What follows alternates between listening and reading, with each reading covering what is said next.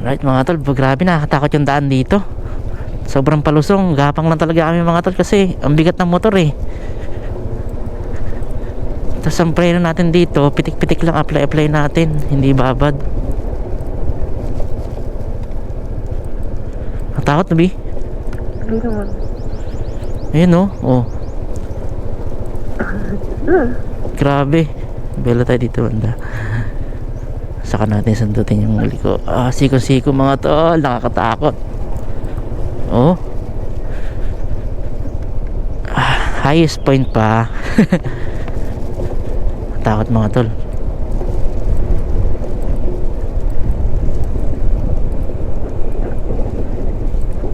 Mababa yung preno natin sa unahan. May river pala yun. Kala ko may nag-lunch na. Saan? Ayun yung bato-bato. May river sa gilid. Palusong. Ayan no. Ano lang kasi ng loob ng mga bumiyahe na ano no. Lumulubog yung preno natin sa harapan. Wait lang. Nawawalan tayo ng preno sa harapan. Alam mga tol, gapang tayo mga tol kasi yung preno natin sa harapan lumulubog. Lumulusot siya kasi over yung ano, lusong no. Lapit naman na. Ayan na. Ayan o, tingnan mo, sumasagad na yung preno sa unahan no. Bomba. Ito lang mga tol, papakiramdaman nyo lagi ang preno. Issue daw ng ADB yung ganito lumulusot, pero sa amin hindi pa naman lumulusot. Nararamdaman ko lang na ayan o, malalim na yung kabig ng ano. Babalik din niya mamaya mga tol pagka ano na, pantay na yung preno. Ayan, wala na tayong preno.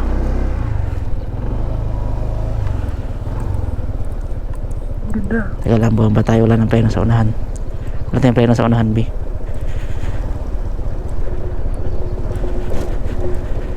Opya, stop muna tayo. Ayun na mga tol, lubog na. Kapansinin nyo itong preno ko sa harapan. Tingnan, B. Wala tayong preno sa harapan, no? Lumusot na. Gilid muna tayo.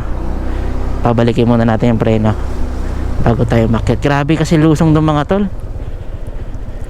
Opya, gilid muna. Lumusot yung preno natin sa harapan mga tol. Nakakakaba. Ayan, no? Wala tayong preno.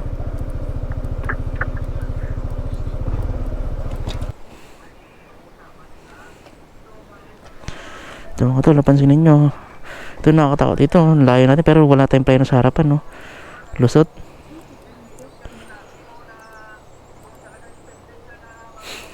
Pahinga tayo sa ulit, tapos pabalikin natin.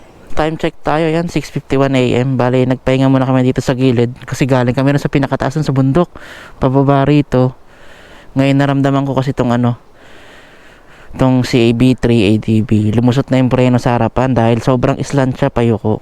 Ayan, ngayon meron naman na siya. Ayan, kung kanina napansin niyo yung ano, pinipindot ko, lubog talaga.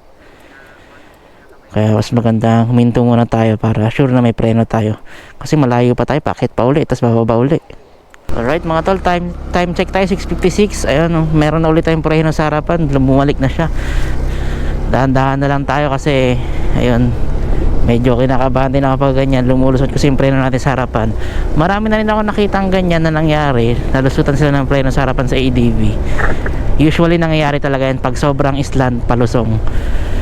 Ayun, mahirap kasi dahil wala pa, nasa ano pa tayo, kalagitnaan ng bundok, kaya kailangan talaga natin prenong maayos. Dahan-dahan na lang tayo.